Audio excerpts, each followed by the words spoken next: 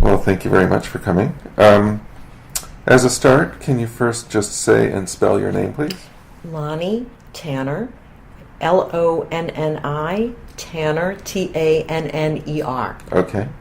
And if you could just, as a start, give me a kind of autobiographical sketch, where you're from, what you've done, what you're doing now, who you are, what's, Who am I? I grew up in Mattapan in Boston, and then moved to Sharon, Massachusetts, a suburb. My mom was a single mom.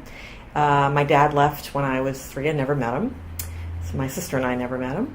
My mom was a teacher, an amazing teacher, who raised 2 kids on her own with very little support. Mm-hmm. And I think I learned a lot from her in life about learning and love of having a passion for something and being a survivor. Let's see. So I went to UMass. While I was there, I decided that I really wanted to do something interesting. And in my senior year, after a summer at Oxford, I decided to do 4 internships in Washington at the same time, because each one paid $25. Mm-hmm. And I learned that I liked juggling lots of things at the same time when I was there, and I got out of that and ended up back in Boston and started at an ad agency as a secretary, worked my way up, and then decided I really liked, I don't know, something about working with people that were starting things really moved me. I like starting things.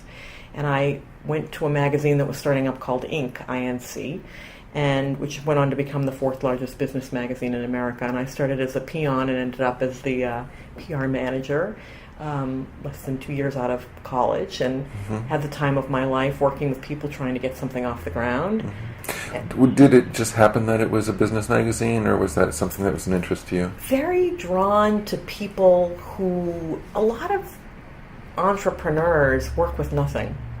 And I think that there's something very attractive about that to me, having grown up with not a tremendous amount of support besides, my mother had to be everything to us, but learning to sort of find your way yourself, make things exciting on your own. There's something scrappy about entrepreneurs and when they're starting that I think I could respond to. And I was very drawn to their stories, like why they were making things, how they didn't fit into the norm. I myself feel like a misfit sometimes in practically every world that I'm in, so I'm attracted to those kinds of people in life. And when you think of the people that started off in garages or in their, in a bedroom, or have some crazy idea that nobody believes in, I feel like that person. Mm-hmm. So it resonates with me in a lot of ways. And I also like to create things from scratch. I always have. Uh-huh. So that was Inc. And what years are we talking about? When did you go there? Long time ago. Let's see, when was that? 1980. Like 83, 84, something like that. But then I left Inc. to move to New York. I got recruited by a PR firm and despised it. And it was a big company, and I wanted to try to work in a big PR firm, and they had their largest account. I don't know if you'll remember this firm, a company called Digital Equipment Corporation. So they were like this really hot computer manufacturer that made sort of stuff for businesses, and they never used to advertise. And finally, you had IBM and all these other things, and they became the largest client of this big PR firm that I work for called Burson Marsteller. And I went there to see what it was like to be in a big PR firm, and I despised it. Mm-hmm. And I did. I really did. I really liked the idea of creating things on my own without a bureaucracy around me. Very interesting that I work for the city now.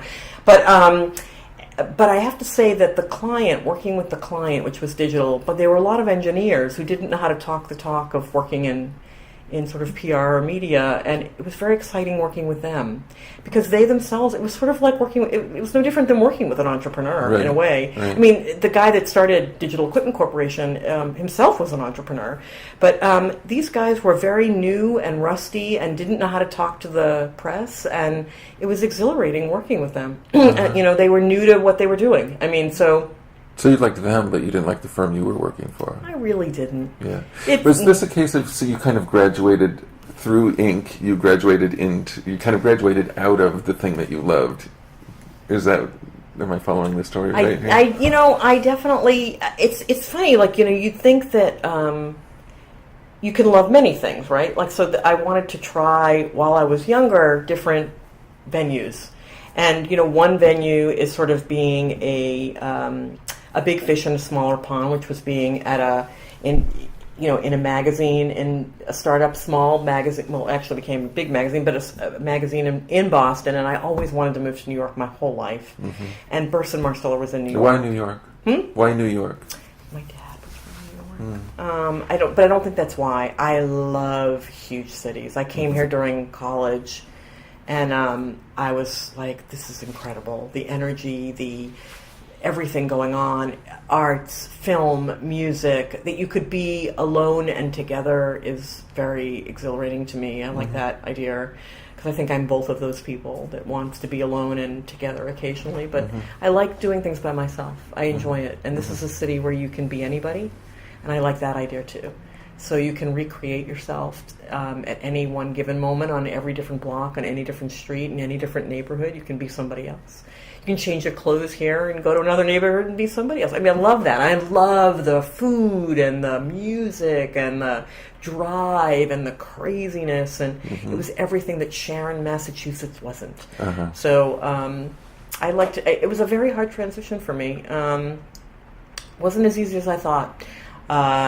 I really missed my job at Inc. I really missed friends. I missed a lot of things, and the world of a big company was not what I'd hoped. Right.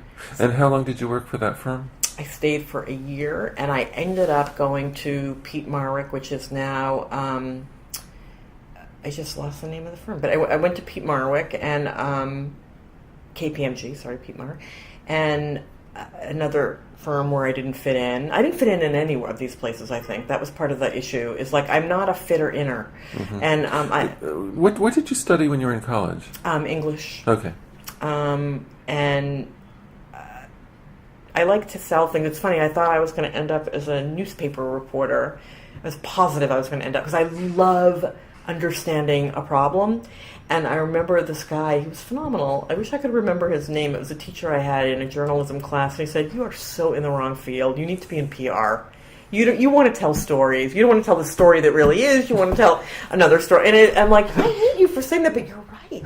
And it's funny, like, he was right about that. I do like to create stories that get people excited about things. But so anyway, I ended up at KPMG Pete Marwick. Why? Because accounting firms were not allowed to advertise or do PR for a lot of their history, and all of a sudden the rules changed, and there was a group that was coming together to sort of think about at Pete Marwick how to do this. And I got a call from a friend who I'd met at Inc.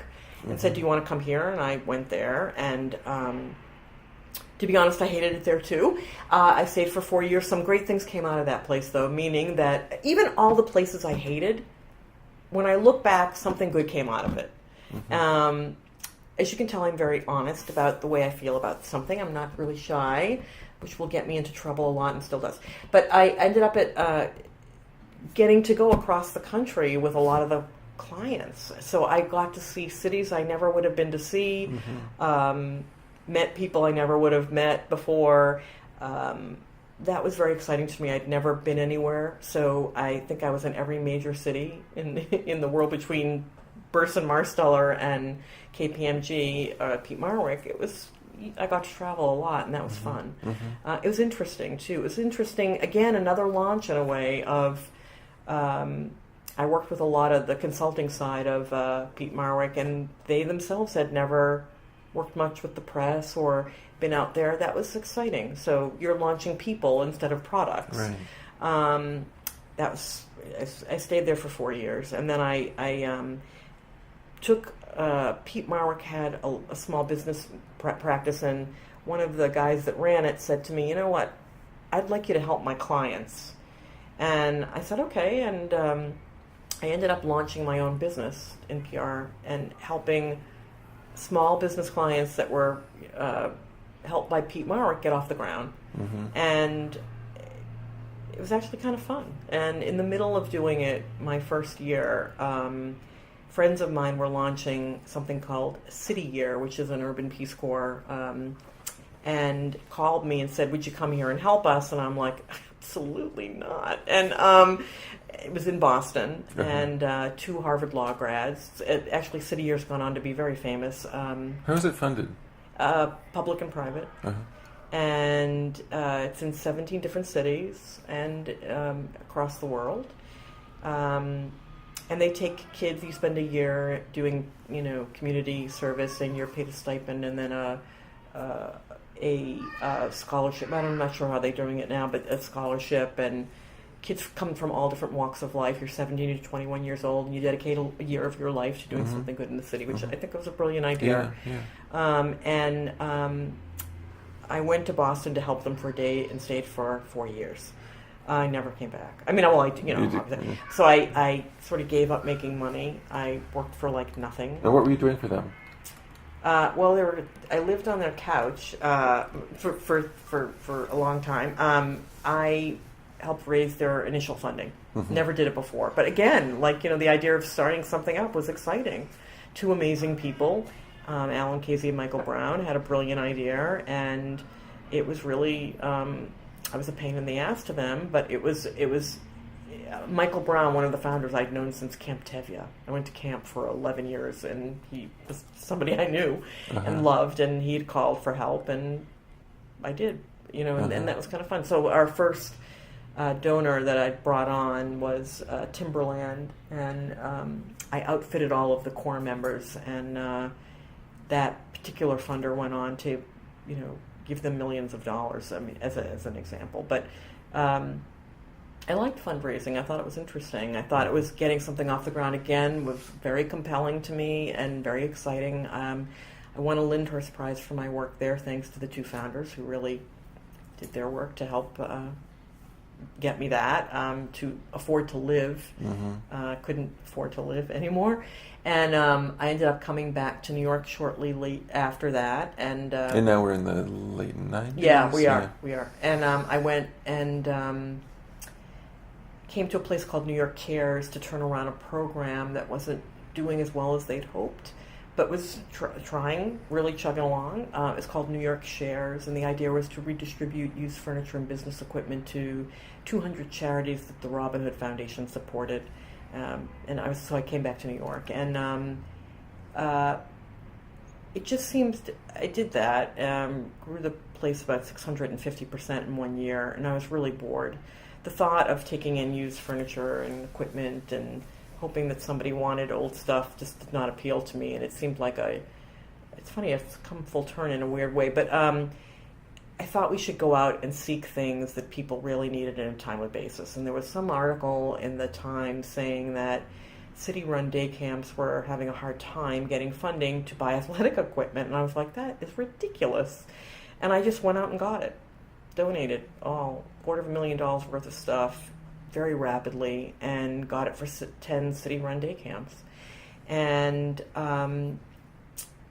it was a really fun thing, and I gave it out in a creative way, I thought.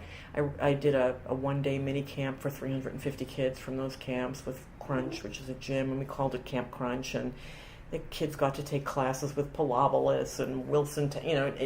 I wanted to call attention to the problems of city-run day camps. We run like the news all day from this camp, and it really gave me idea, and said to Robin Hood that was funding this program at New York Cares, why don't we do this rather than furniture? Let me go out and get the things that are really needed. And they said yes, so I went to Robin Hood, and I ended up there for 11 years. And my first project was turning around a defunct summer camp, 335-acre summer camp, 17 buildings. And where's that? In Carmel, New York. And it was for an inner-city school that had bought it in Bed-Stuy, that wanted its kids to go to both school in Bed-Stuy and have this other experience in Carmel, New York. And I thought, that's a great idea. And they were funded by Robin Hood. And I, reimagined their campus, if you will, and turned that around. And how long did that take? I had to do it in 6 months.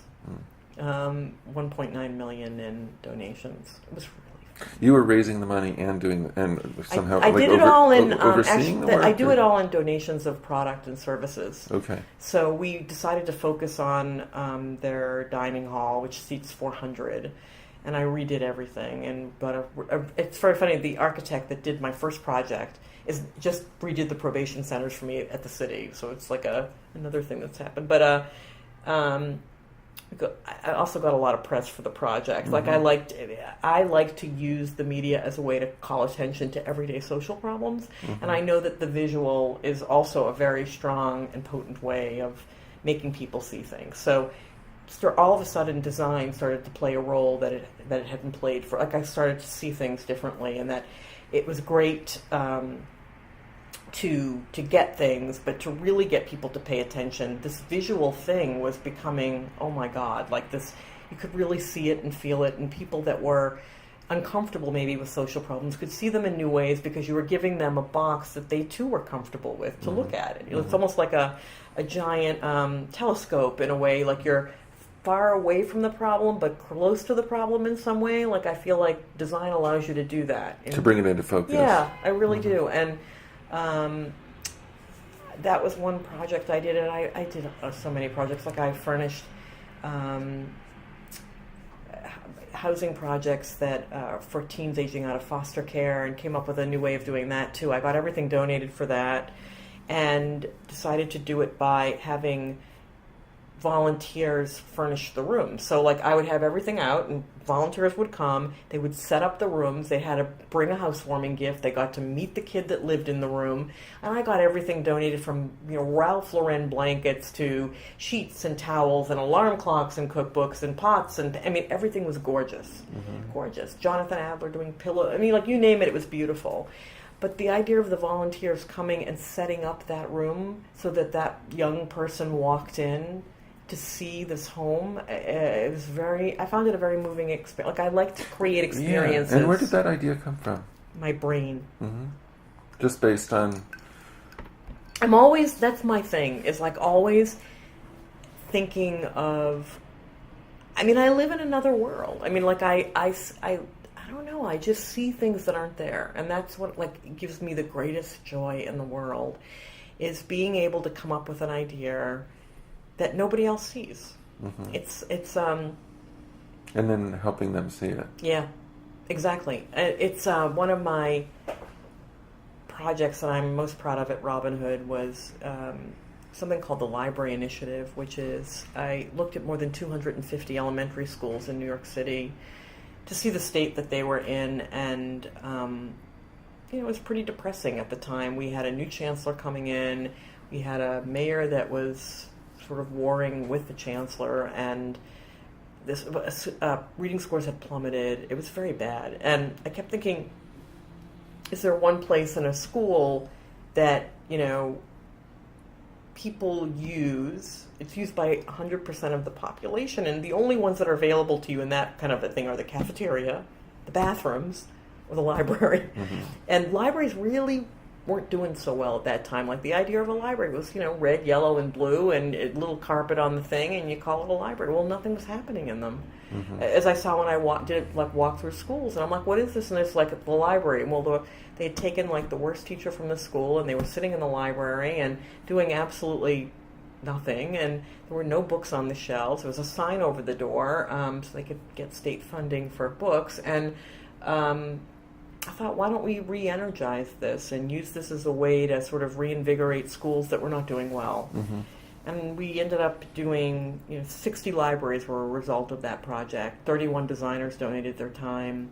Got 2 million books donated, and Apple donated computers, and so many things were donated. We won more than 12 different design awards for that, and I ended up winning a fellowship to Harvard as a result of that work, and as a Loeb Fellow. And I did an outdoor library too, an outdoor learning garden that was had its own librarian.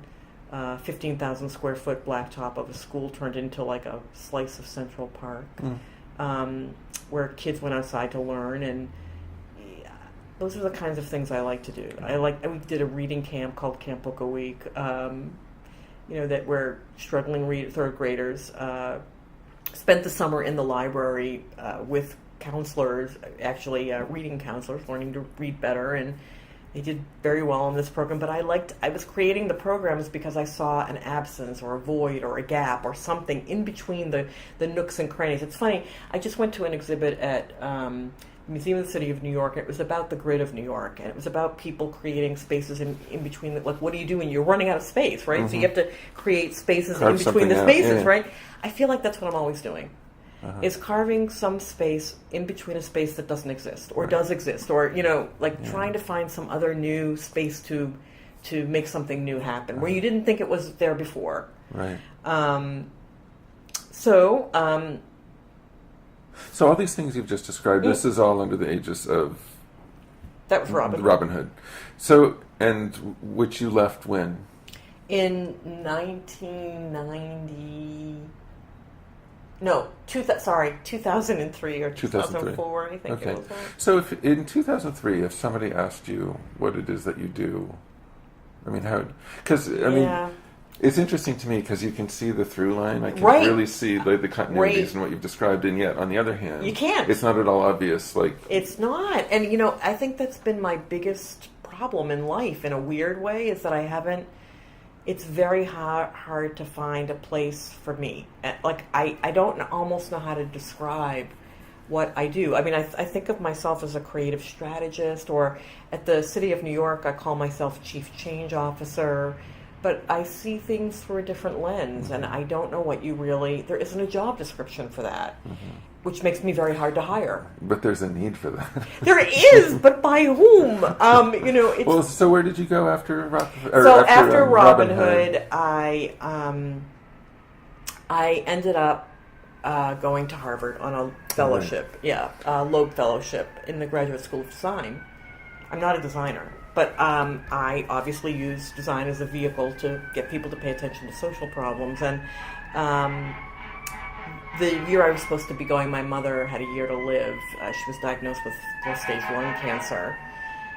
And that, I delayed. It was a very hard year.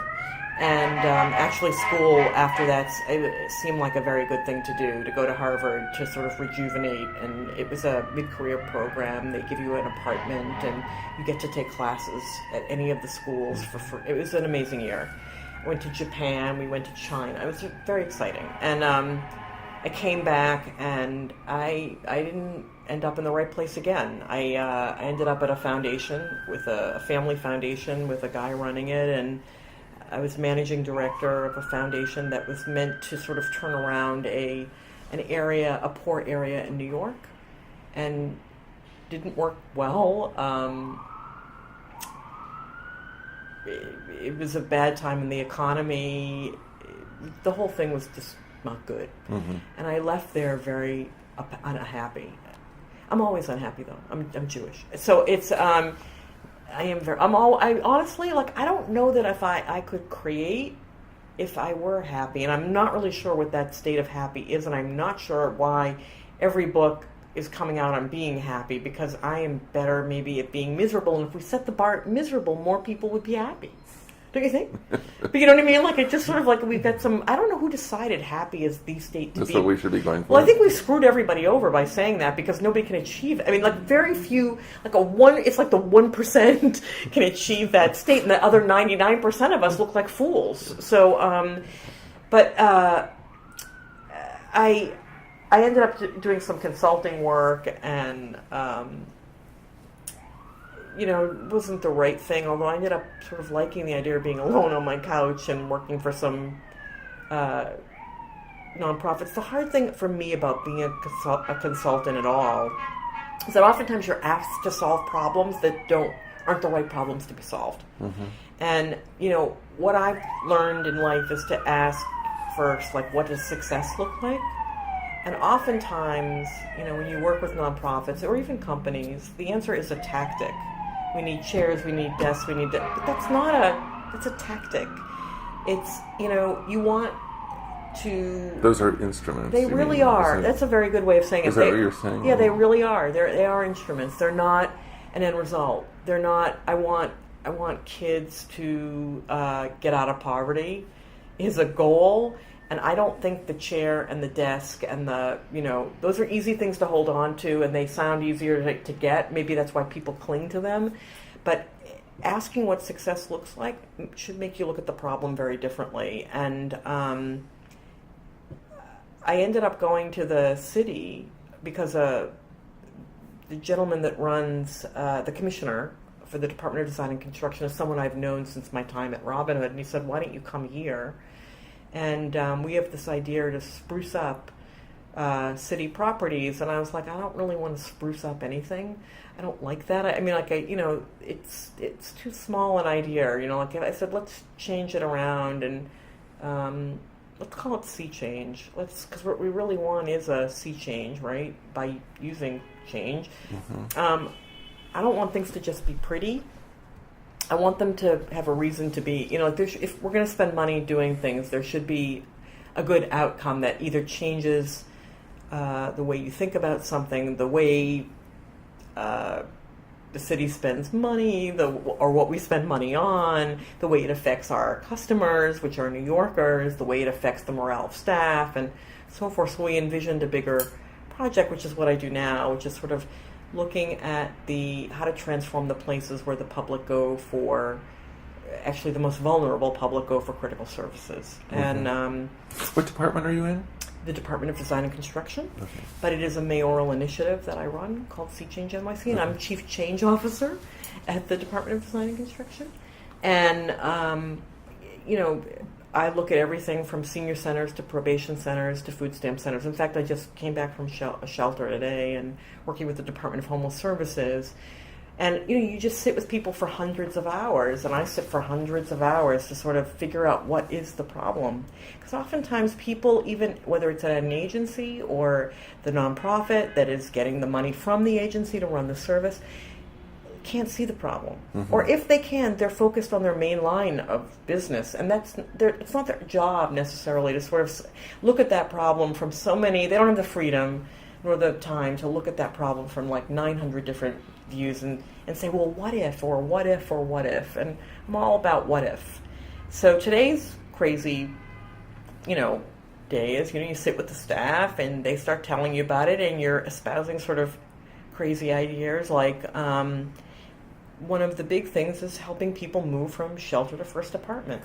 It's a hard thing to do. I mean, a lot of people are now staying in shelters an average of 9 to 11 months.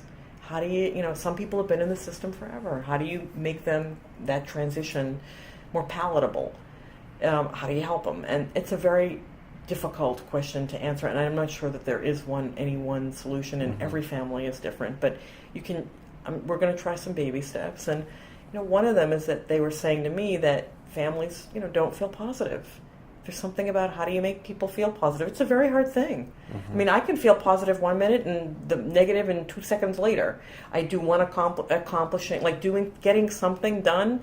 I'm on an adrenaline rush, and then the next day I have like postpartum depression. Or next minute. Mm-hmm. So I can only imagine what these people feel like too. And I was saying, well, why don't we put these crazy messages on the backs of their apartment doors? Today, tomorrow will be better. You did good today. Or like some of these very subliminal, everywhere you look in this shelter should be something. Just little, even on their bathroom mirror.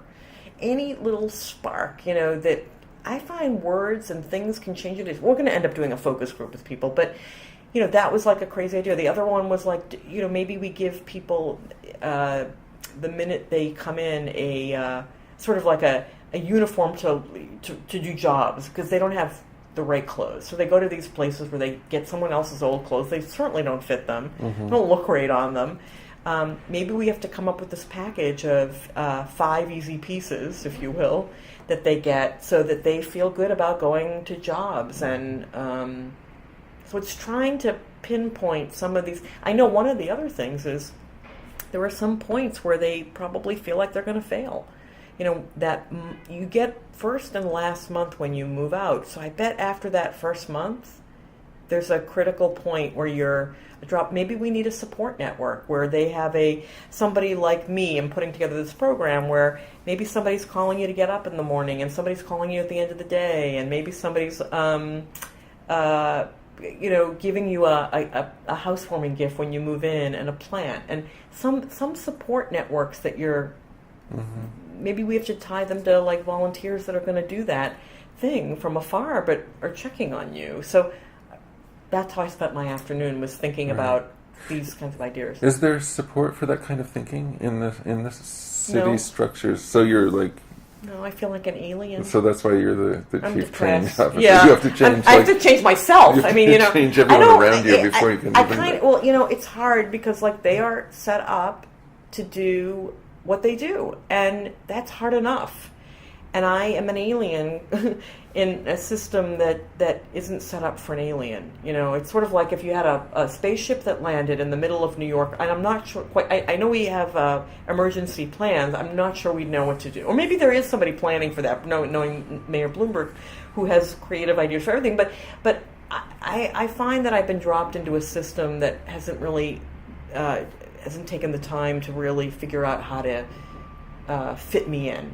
And so because I'm a lone person, I'm having to fit into their system, and that's a very difficult thing to do.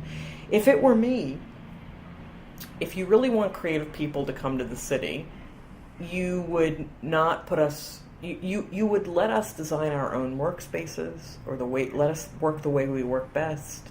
You would create these crazy, like I kept recommending in our offices, we put picnic tables downstairs and let designers like go crazy on them, and it would be this place that you'd come to think and dream and be.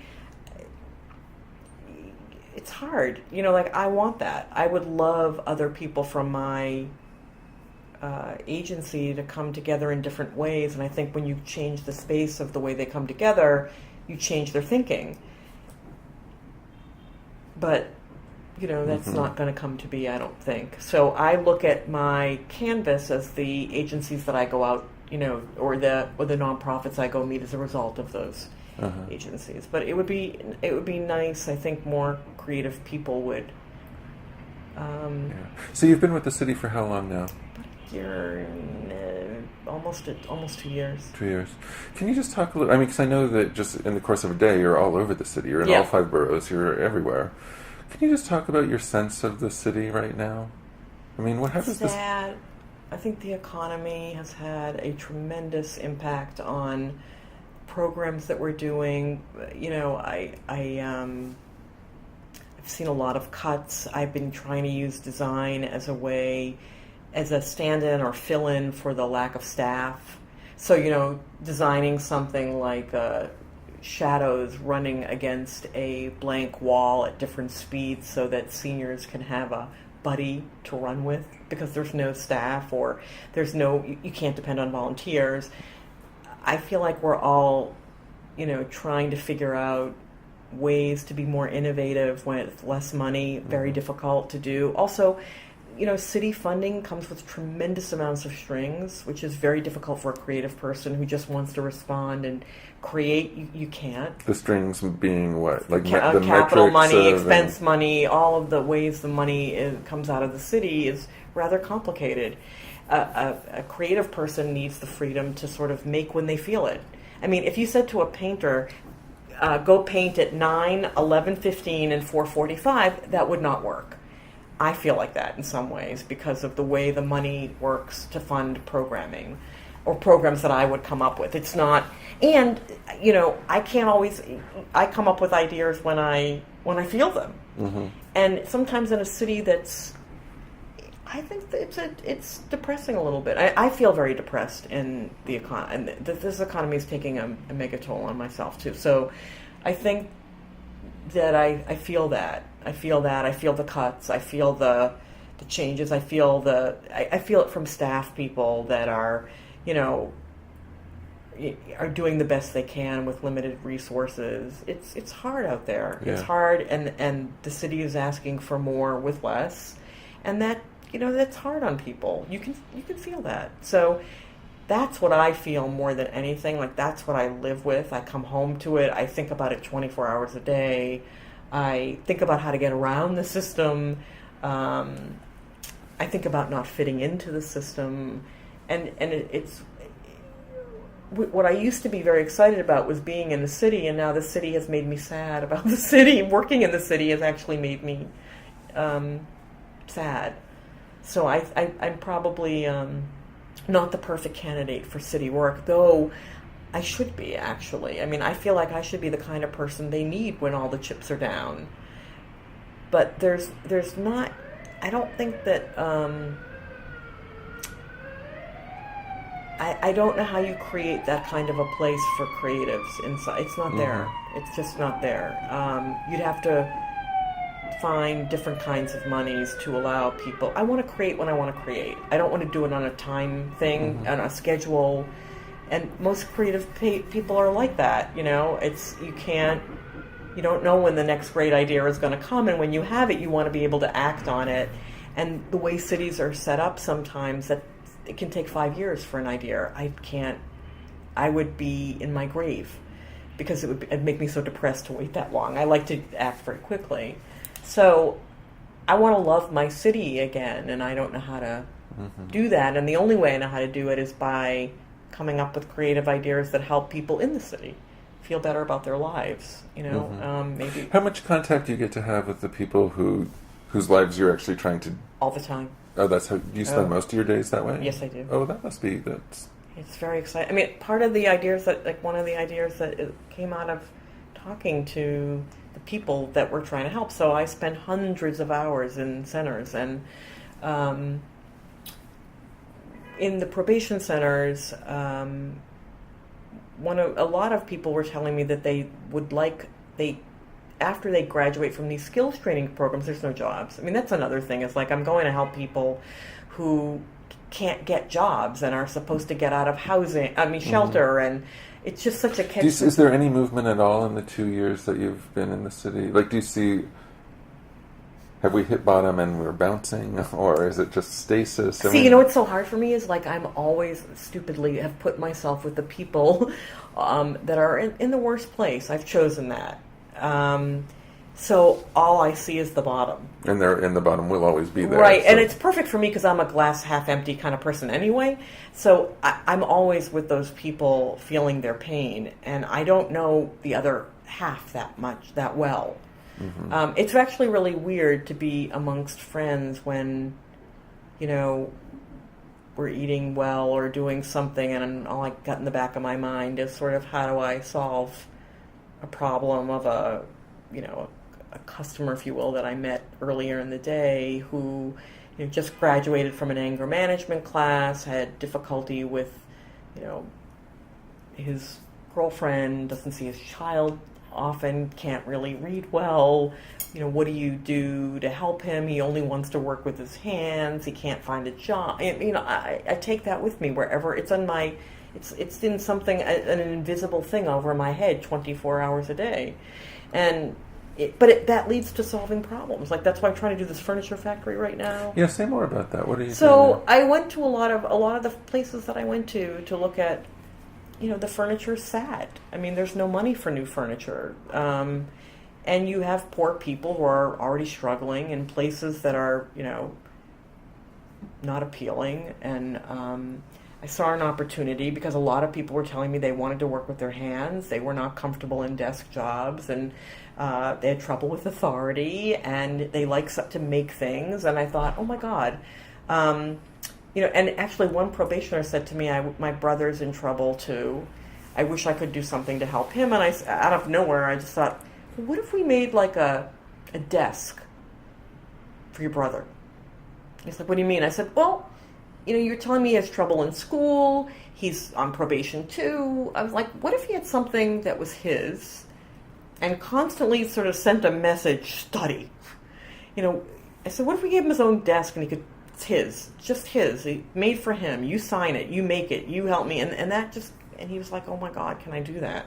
I'm like, why not? You know, so it led to this idea of taking old city furniture and refurbishing it and putting it back into the city centers where people were. It also led to the idea of creating, I'm trying to launch a bigger idea, which is that, you know, we would create this real furniture factory where there'd be shops in the middle, and all these different nonprofits that are already training people for skilled trades would be around them, and, you know, you'd provide all the back office functions so that all of these people that I'm meeting could have jobs running this factory that would be making everything from furniture for families moving from shelter to first apartment, to overhauling school furniture in the summer, to taking commissions from companies, to, and working with really top designers at the same time. So the stuff's really cool that you're making. It's not junk. It's really fun. It's interesting. You get to meet interesting people by doing this, and you're also helping the city save money. We're making things green. You're helping another person that might be in a similar situation to you, and that's what I've been doing, right now. So we're overhauling about 50 pieces of furniture from a juvenile Department of Probation center with an amazing job training program and a fabulous designer, and all the stuff will go back into the juvenile probation center where it used to be totally graffitied and uncomfortable and hideous. And, hopefully it'll be a new conversation piece to get conversations started in that probation center. I mean, you can use design to start conversations. Half the time it's about getting people to talk about their problems so you understand how to solve them. Maybe the furniture can be the new conversation. So is this in a sense a pilot for? It is. And is that your idea, or is that how the city is looking? I mean, does the city regard it as a pilot, or do you regard it as a pilot? I have been privileged to work with somebody, the commissioner David Burney at the Department of Design and Construction, who really kind of lets me be me. He lets me go out and do what I'm good at, which is I go out. Everything is a pilot to me. I mean, anything that springs from my head, I just do. And believe me, there's plenty of people that tell me no, and you can't do it, and it won't get done. And I've lived with that my entire life, of everything I can't be and won't be, and you just have to keep going. I mean, it's just, I don't listen to anybody. I mean, and I hear no 24 hours a day. And the word that is most in my vocabulary is no. And it's funny, I'm exactly like the sign that probationers used to see when they went to probation centers. Take off your, no cell phones, no sitting, no walking, no doing, no. I feel like that's the world. Yeah, that's my world. Only it's different no's, and so I've always been like that.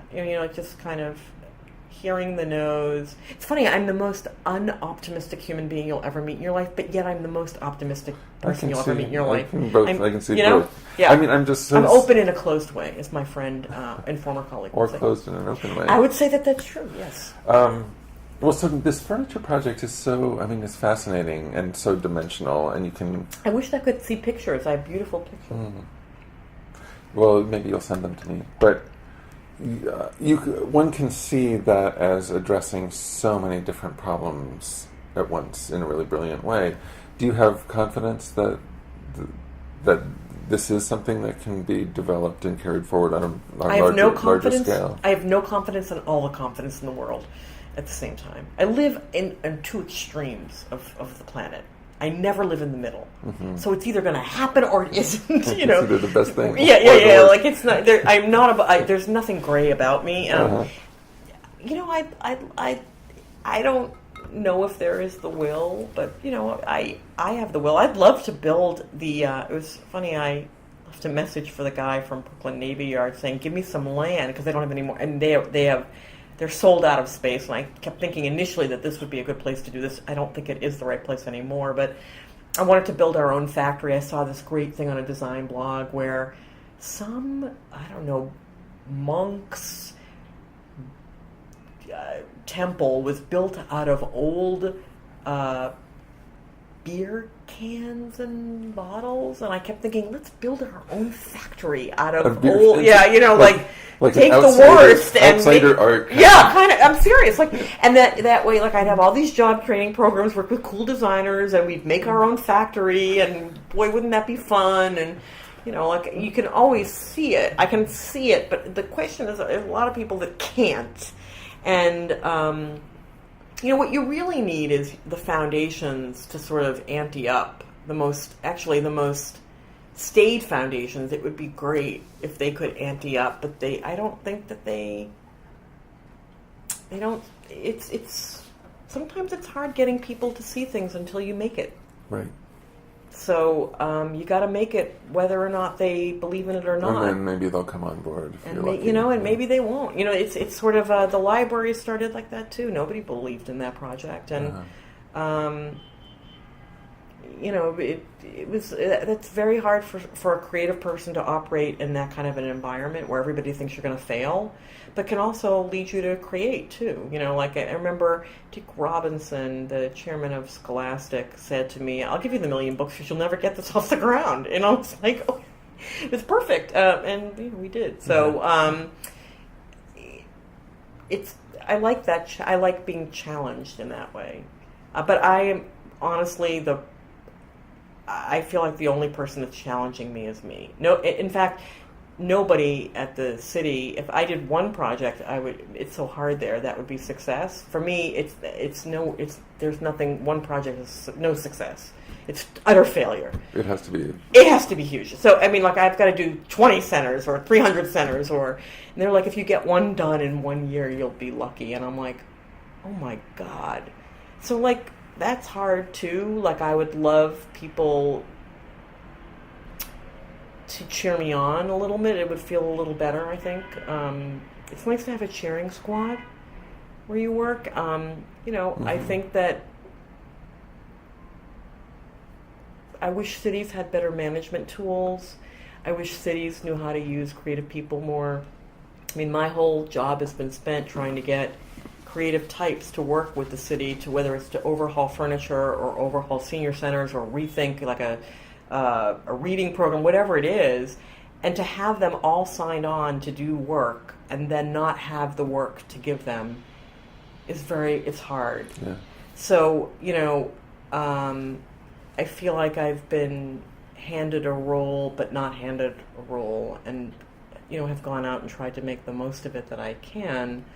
But I'm very moved by the people that need the help, and I just have to keep focusing on that and not the limitations of the bureaucracy. To sort of, I've learned to live actually without the bureaucracy being able to help me. But you need the bureaucracy to help you, and you need to sort of develop allies within. And actually, there's a person at the city that said something very wise to me the first day I was there, and she said, "You're going to need friends," and I'm like, "Why?"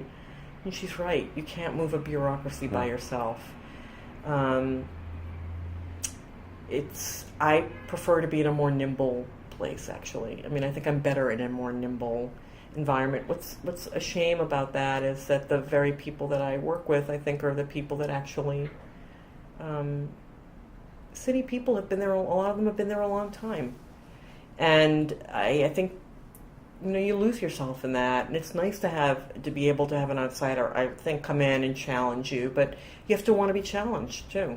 It requires more work from you. If you're used to doing the same old every single day, and I come in and say, well, let's put mantras on the door of the backs of shelter, apartments. But that's never been done. Right, right. Or here's why you can't do it, or, I want to start a furniture factory, and people look at you with their mouths agape, or, rather than, let's do it. I don't hear that very often. Yeah. So, you need to be your own cheerleader. Yeah. But sometimes that's hard, Sometimes you go to the gym and you run a mile, and that I wish I had a cheering squad for that too. But sometimes I just need a cheering squad in my, my head is not a big enough. I think I need a different auditorium. That's what it's about. It's this auditorium's not working right now. So it's funny. Like you can be artists can be very insecure. Mm-hmm. You dream, and you have to believe in your ideas, even though everybody else around you is looking at you like you're nuts. Mm-hmm. Like there was one idea I wanted to do at the so at our food stamp centers, one of the places where people act out is in the bathrooms. It's a private area filled with graffiti. The HRA, which is the department that has to deal with this, was like constantly having to maintain that. I said, why don't we just accept the fact that there are places where people act out and make them art galleries? And dead silence on the... I said, we'll have customers that come there, we'll have a contest. Some of the artwork is magnificent, by the way. I will tell you. I love graffiti, though. And I said, we'll let them own it. We'll put a plaque on the outside. We'll make it a revolving gallery, and let's see what happens. That is way out there. Or, you sit there, and there's, seriously, I'll do my imitation of the response. That was a moment of silence. So it was, or you say, it's hard for people to. I have to say they've come around a lot. I mean, right. It takes time. In doing the Department of Probation, it was a very difficult. We did some things that they were uncomfortable with, and I give the commissioner credit and his team for. I mean, we fought. We were, but. I think one of the things I wish people would learn is that it's okay to have an argument and not like each other in that moment. So I find what a lot of people do is they call somebody, and the next thing I'm getting a call from my commissioner saying somebody's mad at you and you have to whatever. It's a creative argument. It's okay to have that. You don't go right. and talk about the worst thing you can do to a creative person is do something like that. I just shut you down. So how do I be me and be abrupt and be abrasive? I now give a sort of a warning label when I go to a meeting, saying I'm abrupt, I'm abrasive, I'm not so nice, I'm going to challenge you. You're not going to like me all the time. Do you accept these? I'm serious. I should be on every on a tobacco label. I mean, I really want to. I'm from now on. I think I'm going to develop. I'm not joking. I'm going to come with my own warning label when I go to a meeting, and just like maybe that will change up the way the meeting starts. Just so you don't even look at me right. in the same way. Like I'm not like you, and you shouldn't be like you when you're with me. So. Well, I'm interested. So far you've talked so much about really, really local kinds of battles and really local kind of grassroots kinds of ambitions for the kind of social change that you're trying to affect. I'm curious, and you haven't narrated your life in history at all. Like you don't talk about the 80s as the Reagan years. I don't. You didn't mention 9/11. There have been very few kind of historical markers, and I'm wondering. Well, first of all, what you think about why that is, but also just thinking about in as much as you are living in history, what does this historical moment feel like or look like to you? It's really funny. I think that's a very interesting point that you brought up. I think that growing up as I did, the way to survive wasn't to have the only markers that I really kept were those of my accomplishments. I don't think that my markers were those of historical significance to the world, but my own survival ones that became very small, or my own, or something like that.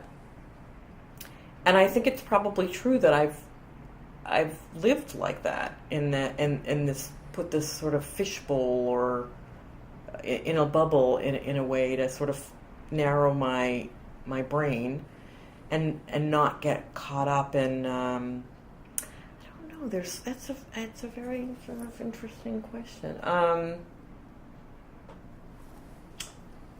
I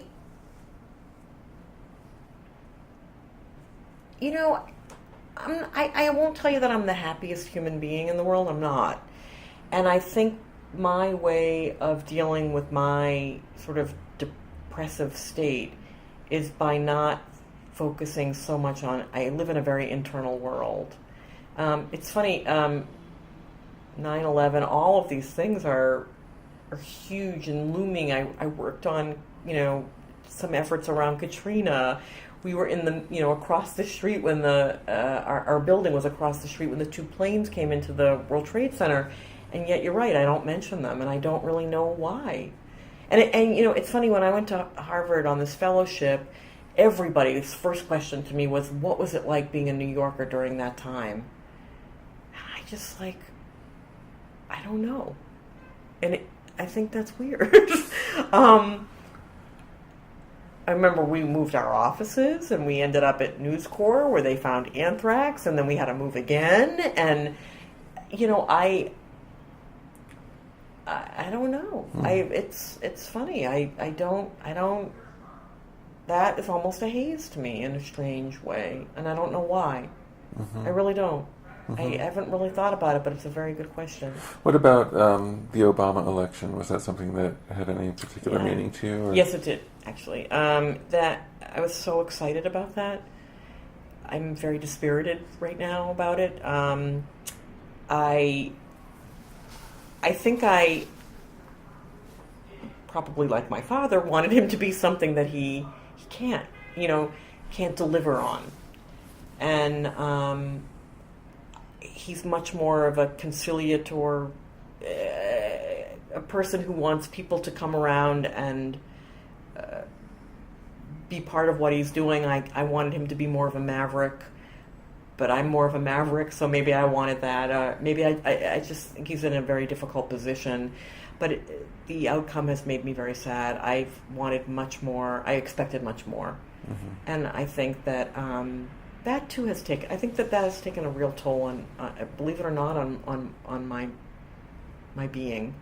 The letdown since 2008. Yeah, I do. I feel let down. I feel let down, just like I feel let down about never having met my father in a strange way. I was counting on this person to lead us out, and I don't see that. I don't see that way yet. I don't see the path out, and I don't know who. Not that I'm saying I'm a Democrat through and through, but I certainly don't think there's anybody out there that has all the answers. Just like it's hard to get people out of poverty. I mean, there's not just one solution, but I feel disappointed. I feel like we're in a very disappointing. I'm in a disappointed time. I feel disappointed by a lot of things that haven't happened as I'd hoped they would, and disappointed in myself too. That I'm also not the person I want to be. So it's a strange. His failure feels like my own too. I'm much more aware of my own failure because of his. When I remember having to take out my whole 401k, whatever it's called, had to take the whole thing out, and I remember writing to the president this very passionate letter, knowing that I was not the only one that had to do that. And thinking, could we not have come up with a strategy? I understand there's foreclosures happening. People are having to take out their entire savings. People are losing their entire savings. Could we not have come up with a strategy rather than the one that we have, which is that you have to put it back, I think it's in 60 days, or that's it. You get a penalty. I think we should have come up with some sort of a strategy to allow people a longer period of time to have to do that before... Never heard back. Never expected to hear back. I get it, but I wanted to hear some. I also was, for a period of time, a consultant or freelancer, and I thought that when they were doing the insurance thing, that they were not thinking about the mounds of people that would now not only be unemployed, but were probably going to be freelancers. Now there is the freelancers union that provides insurance. I get it. They try. Is it the best insurance? No. You have to also qualify for that and do a certain kind of work to get it. What about the rest of the people? I think they should have thought about the insurance for those people that are not going to be working anymore. That are going to be probably trying to put together freelance jobs. What are we doing with them? How are we, even before, I was paying $1,000 a month when I was my own consultant for my health insurance at one point, and that's what it costs. More and more people are going to be in that position, and I think that wasn't taken into consideration. Of course it was taken into consideration. He had to give in to certain things, but a lot of issues that I care about weren't there. So Did the emergence of the Occupy movement in the fall have any that. particular... Moved me. Yeah. Actually, I went down there to look at it, and I was fascinated by the tents and the people sitting there and the sort of gypsy-like, circus-like feeling. I felt very... And the creativity, right? oh my God, I felt actually a sense of energy that I liked. I went there a lot, actually. It moved me in ways that nothing was moving me. I felt like even when it wasn't moving, remember there was a period where it wasn't getting any momentum, and then all of a sudden it was, and I felt very re-engaged again. Actually, I want to say that was a moment for me where my creativity seemed to come back again. Mm-hmm.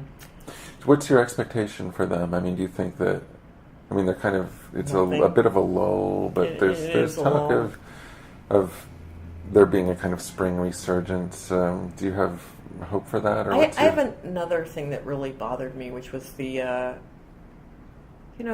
economy has. That is the one thing that's really had a major effect on me as a human being and as a worker and as a person who's happy in New York. And,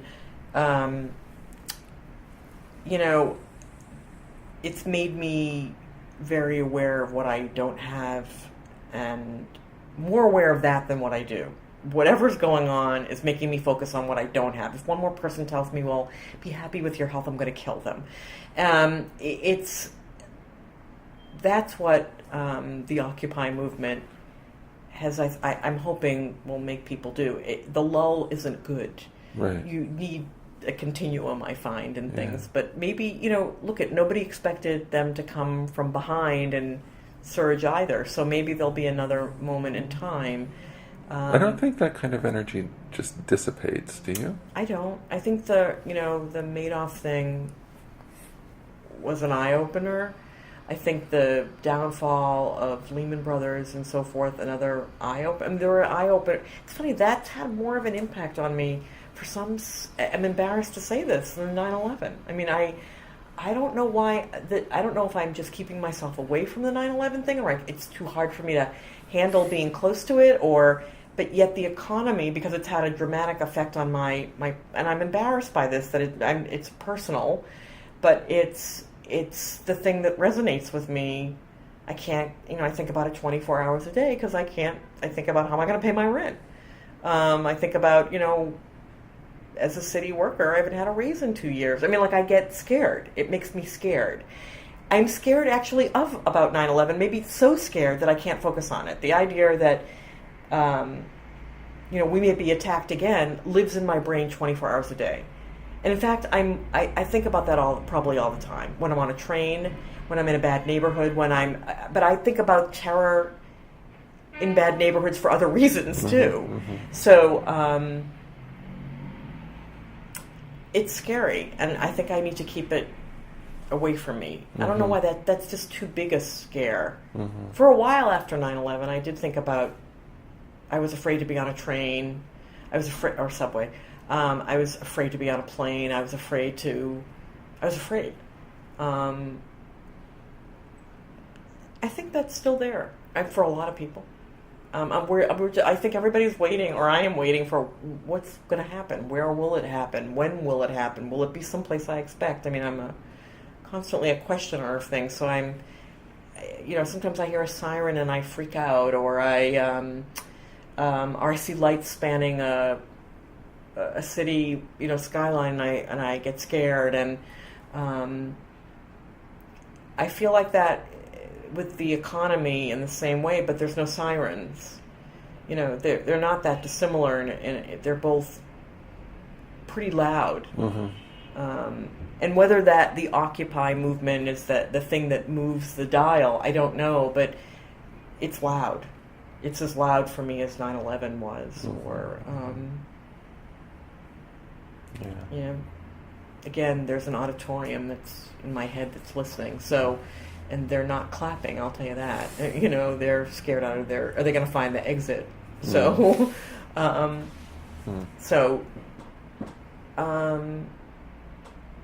it's made me think about death a lot.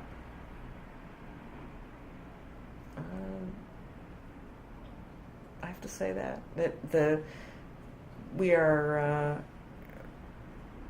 limited in our ability to know what will happen. And, I'm not one who is great at, I live in a very dark place, and no matter what. But looming over that dark place is a very desperate place that says some cloud that makes it even worse is, we all live in, I think, our own fear, terror place. We have it somewhere within us, compartmentalized. Mine is very real all the time, which is why I think I like to create, because it's my escape from terror. I think it's also why I was like a shopaholic too, because it's my away place from terror. And we all have the things that scare us, and mine is being poor, more so than probably being dead. But I do think that I'm serious. Yeah. I mean that. Like, I think I'll be upset if I die before I do something really, really, really good for some population that I care about. I think I'll be very, very upset with myself if I haven't done something that I want to leave this earth knowing I've gotten somebody someplace new. A lot of people someplace new. I don't want a funeral line, please. And I'm glad that we have some record. Don't. So, yeah, I can't get out of my head that thing you were saying about these markers that most people mention, and why I don't have those markers. My markers are different. Yeah, it's interesting. They're not based. It makes sense, though, based on the narrative itself. You think? Well, I do. I'm still curious about what I do. How would you describe what I do? You seem very good at taking a lot of information and synthesizing. I'll interview you now. That's about, yeah. There we go. I thought that, I don't remember exactly how you put it, but something about I help people start things. I thought that sounds like pretty much what you've been doing for 30 years. Yeah, that's true. Or start thinking, it's sort of like, a cat that is in a chasing after something that they see things and you don't see. I feel like that cat that sees these things and the person's looking at them going, what the hell are you talking about? And but I know it. Like, I see it, I feel it, I know. Right. You know what I mean? Like, way ahead of its time. And people don't believe you in a way that necessarily or get it. But then 10 years later, I'll see something that I said 10 years before. That's the most frustrating. And I get very upset by that, by the way. Very, very upset when I see that my timing is off. But well, better to be ahead than behind. You think? Yeah. I don't know. But then I always seem behind because I somebody else did it later, and they seem like they're the person that created it when really I was the creator and wanted, God, my desperate need for you did it is very bad. Mm-hmm. It's definitely out there. Mm-hmm. Definitely need that sort of that stamp. Maybe I should wear that stamp rather than that sign that says warning. That warning label. Well, thank you so much for the time you've taken. Is there anything that we haven't talked about that you feel like we should or should have? The only thing this new fascination I'm finding that, so we went through this period where people are talking about happiness a lot. I don't know if the Happiness Project, there've been a lot of books that have come out on being happy. And now I'm seeing, and I'm very excited by this new trend of talking about why it's good to live alone. There's a new book out. I just saw really? This. Yeah, the whole thing about the satisfaction of being alone. And there's been a lot. I've been noticing this trend about being alone. And we're going to hear more about that because I think there's going to be more of that in life. I don't know why. I'm feeling more of a loneliness trend happening. That's very You'll talk to me in 10 years. I will. I think I'm right. Yeah, but we're questioning every institution that we have, right? At this moment. That seems like it's connected, right? I think it is, actually. We've lost faith in every institution. Many conventions and so forth, but I think that there's going to be this shift in more people not marrying, not the idea of being alone is becoming okay. We're not old maids or whatever we are, but I think we're going to see different ways of living together. Yeah. We're going to see different kinds of structures that are going to be built that allow people to live differently rather than in these like little single apartments, or we're going to have to. Yeah. So that's we'll talk in 10 years about that. Good. Well, thank you so much. Okay, thanks. Okay, thanks. Okay, thanks. Okay, thanks. Okay, thanks. Okay, thanks. Okay, thanks. Okay, thanks.